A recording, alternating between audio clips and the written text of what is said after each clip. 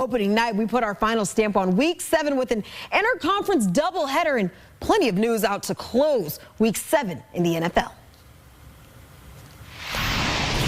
And we begin things in Miami, where Dolphins quarterback Tua Tagovailoa will come off the IR after missing the last 4 games with a concussion. Miami went 1-3 in his absence. Tua will return to practice on Wednesday in hopes of suiting up for the Dolphins' Week 8 matchup against the Cardinals. Here's what Tua had to say in regard to the risks associated with his return to action. Every time we all suit up, we're all taking a risk that we could potentially get hurt, whether it's a concussion, a broken bone, anything. You get up off of the bed the wrong way, you potentially could risk you spraining your ankle. There's just risk in any and everything, and I'm willing to play the odds. I love this game, and I love it to the death of me. That's it. Some passionate words from Tua, but the fact that can't be ignored is he's missed 18 games due to varying injuries across his time in the NFL. As we are now welcomed in by CBS Sports NFL writer John Breach to break down a busy news day across the football world. And John, good news, the Dolphins are getting Tua back, but the bad news, currently 2-4 where we stand. I want to ask you, do you think his presence at quarterback will automatically maybe kickstart this dormant offense, or do you think it might take some time? I think it could be kickstarted instantly. I mean, he's an upgrade over what the Dolphins have had. You look at Tyler Huntley, was barely on the roster for a week before he started his first game. We know they also have Tim Boyle, who has never been a part of a winning game in his life if he's thrown a pass in a game, 0-10. So Tua is just a big upgrade for this team. I'm sure Tyreek Hill has been making marks on his wall, counting down the days until Tua gets back. Same thing with Jaylen Waddle. Both those guys only had 1 reception in Week 7. Those are 2 weapons that are going to get a lot of use once Tua is back under center. And you look at this team, you mentioned their record right now, it's 2-4. This really is a great time to be getting Tua back because you're not out of the playoff race. They're only 1.5 games out of that last wild card spot in the AFC, so there's a lot of time to make up that type of ground. You look at the schedule they have coming up. 4 of their next 5 games are against teams that don't currently have a winning record. You have the Patriots, a very winnable game, the Colts, the Cardinals, the Rams. So there's a lot of games there they can win with Tua under center. So yeah, this is a great time for Tua to be here, and I do think this offense will take a huge step forward if he's on the field Sunday. And it's been evident every time when he is not on that field compared to when he is on that field. You see this offense humming. It was just a year removed from this as being one of the most productive offenses in the NFL. 6 wins across 17 games with Tua not on the field. That's not going to get it done for the Dolphins. But from some good injury news to maybe some bad injury news, Deshaun Watson's going to officially miss the rest of the season after suffering a ruptured Achilles. It was already a rough season in Cleveland after starting the season 1-6. Watson will still have 2 years left on his $46 million per year contract after this season. So, John, the Browns now have a choice for their new QB1 the rest of the way. You got Jameis Winston, or you have Dorian Thompson-Robinson. Who should Cleveland ride with at this point? Well, I think it depends how Kevin Stefanski wants to play this. I feel like Jameis Winston probably gives them the best chance to win games. So if you think you have any shot at a playoff spot or just getting back, making a fight for that last wild card spot, I'd probably start Jameis Winston. But let's remember, Dorian Thompson-Robinson was a draft pick last year. So if you're thinking, hey, let's get the young quarterback on the field, let's try and develop him, then you start him. But the Browns also have a schedule that's kind of conducive to playing both guys. They have a bye in Week 10. So you could put Jameis Winston out there this week, Week 8, then play him again in Week 9, reassess everything at the bye in Week 10, and if you lose these 2 games, your season's pretty much over as it is. When you're sitting at 1-6, you lose the next 2, you're 1-8, season's over. You go to DTR, you let him play the rest of the season. So I think the Jameis gives him the best chance to win, but if you want to develop your quarterback, then play Thompson-Robinson. You say you can't lose. You can go either way here, Kevin Stefanski. It was interesting, nonetheless, Week 7 with Jameis being the 3rd quarterback on that depth chart behind DTR. So could be the young guy getting more reps as we start looking ahead. But how about the Commanders getting much better quarterback injury news? As Jayden Daniels is expected to be week to week with a rib injury suffered against the Panthers. That number 2 overall pick status for the week 8 matchup against number 1 overall pick Caleb Williams currently up in the air. Unfortunate for football fans, certainly looking forward to that one. Commanders head coach Dan Quinn said this is, quote, not a long-term injury. But if they're hopeful that he can play, but will also make sure to take every precautionary step.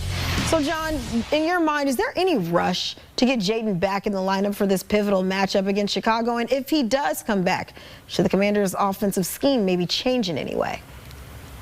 Well, if he's too sore to play, this is all about your future. So if there's a situation where it could get a lot worse if you put him out there, then resting him a week is not the worst thing in the world. Now, we've seen quarterbacks get these rib injuries before. They wear a flak jacket in their next game, and they go out in the field and they take the punishment that quarterbacks take. But Jayden Daniels kind of has a unique playing style where he's going to be running the ball. He's going to be taking hits. So you do have to worry about that a little bit. Obviously, though, I think football fans, the NFL, CBS, everyone would love to see Jayden Daniels out there so we can see the top 2 picks go at it on Sunday with Caleb Williams facing Jayden Daniels. But if he is out, look, Marcus Mariota got to play almost the entire game in week 7. He showed that he can run Cliff Kingsbury's offense. So, yes, it's a step down to go from Daniels to Mariota. But, look, Mariota showed that he could do it efficiently. It was almost like a practice game for him. And he actually looked pretty good considering that he hadn't played football in a while. So obviously we want to see Jayden Daniels out there.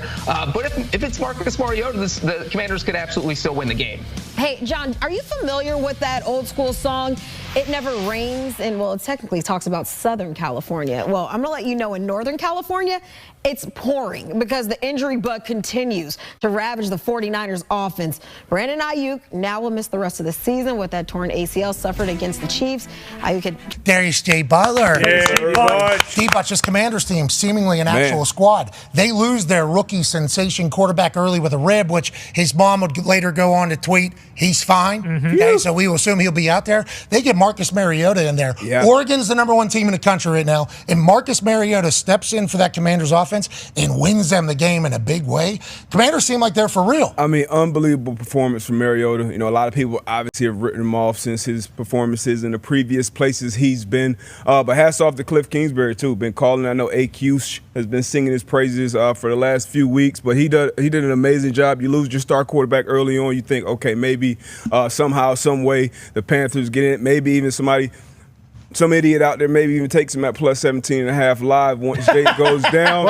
And, I mean, Mariota just cooked. They balled. Brian Robinson balled. Defense balled. Panthers absolutely looked terrible, but hats off to Marcus Mariota. Not only on the ground, you would think coming in, you would think play it safe, bunch of read options, keep it safe, but he put the ball in the air, got everybody on the outside involved. Terry Mack still had a big game. Zach Ertz got involved. So just shout out to Cliff Kingsbury and Marcus Mariota. Commanders might be a wagon. Yeah, and they're saying the Panthers need to get relegated. Some people. Some people are saying that. To what? Some people that played for the Carolina Panthers. It's Monday. It's Monday. CFL? Monday. And you lose Mariota. No. Hashtag, I don't want to overreact, but D-Butch Twitter account. I don't know if it was him or somebody hacked in. Plus 17.5. It said relegate the Carolina Panthers down to the ACC. Come on. Maybe let them use the transfer portal a little, build up their team. Maybe make a college football playoff easy. Maybe.